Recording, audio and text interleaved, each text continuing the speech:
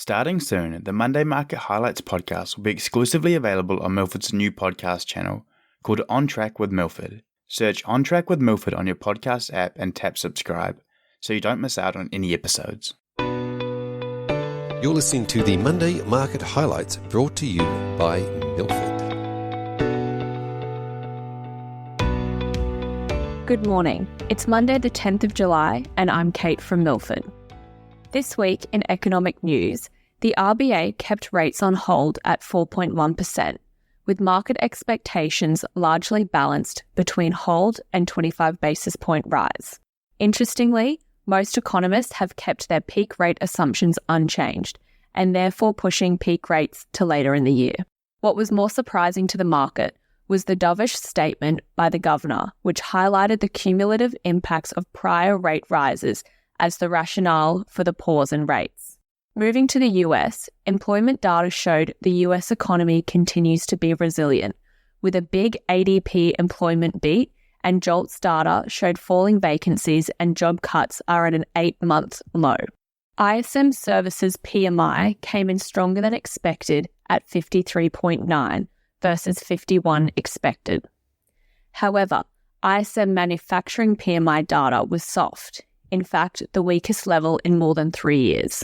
Employment also remains strong, with the unemployment rate coming in 0.1% below previous at 3.6%, which was in line with expectations.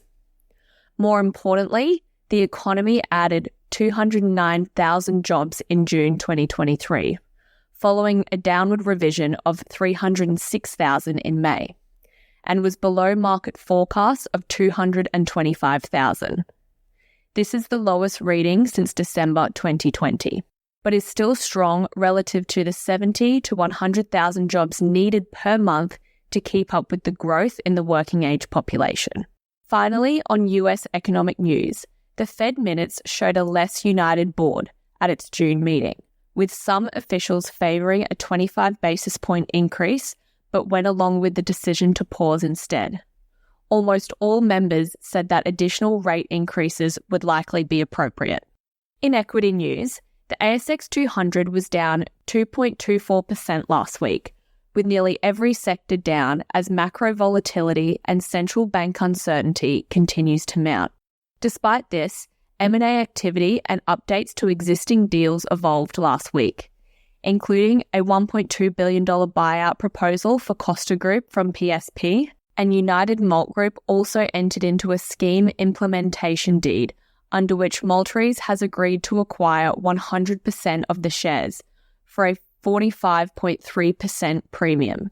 JLG announced an acquisition of 2 essential home services companies, Smoke Alarms Australia and Linkfire, for a total upfront consideration of $62 million, funded via a $65 million equity raise.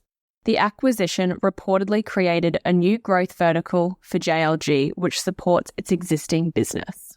Suncorp disclosed new reinsurance risk to the market, which was not as bad as feared. They announced a 12% increase in reinsurance and natural hazard allowance. Earnings will have more volatility as they are covering less with reinsurance and taking more risk on their own book. Finally, in equity news, Redox listed this week with a $400 million raise and $1.3 billion market cap. Redox is a supplier and distributor of chemicals, ingredients, and raw materials. On the first day of trading, it closed off 5% and closed off about 6% for the week.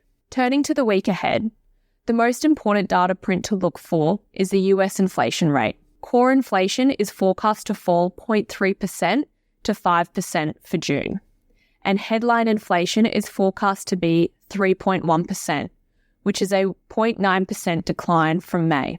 In the UK, unemployment rate is expected to remain flat at 3.8%, and in Australia, the RBA governor's speech will be released, which will provide details on last week's interest rate decision. Thank you for listening, and we will see you next week.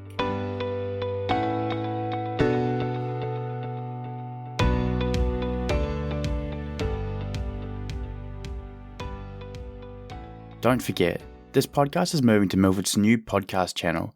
Search On Track with Milford on your podcast app and tab subscribe so you don't miss out.